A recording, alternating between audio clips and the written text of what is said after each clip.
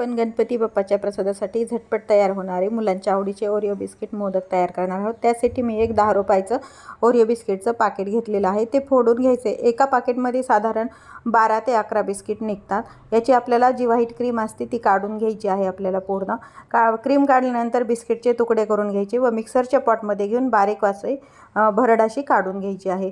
काढून घेतलेली भरड एका प्लेटमध्ये घ्यायची, त्याला थोडंसं दूध लावून आवश्यकतेनुसार एक गोळा छान घट्टसर गोळा मळून घ्यायचा आहे। व्हाईट क्रीम आहे ती थोडीशी आपल्याला फेटून घ्यायची। दोन्ही आपल्याला सारण तयार आहेत। एका साच्याला तूप लावून घ्यायचं आहे मोदकाच्या, त्यामध्ये हे सारण स्टफ करायचं आहे। ओरिओ बिस्किटचं जे आहे ते दोन्ही साच्यामध्ये आपण दोन्ही साईडनं स्टफ करणार आहोत। नंतर त्यामध्ये ही जी व्हाईट क्रीम आहे ती आपल्याला स्टफ करून घ्यायची आहे। नंतर एक आपल्याला बदामाचा काप ठेवायचा आहे, अर्धा कट केलेला।